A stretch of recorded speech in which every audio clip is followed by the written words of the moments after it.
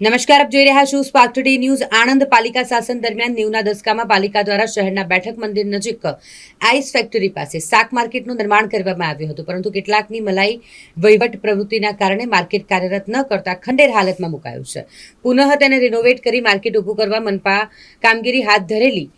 માંગ ઉઠતા જ મનપા કમિશનરના ધ્યાનમાં આવ્યું અને યોગ્ય આયોજન હાથ ધરવામાં આવશેની ધરપત આપી છે મ્યુનિસિપલ કમિશનરે.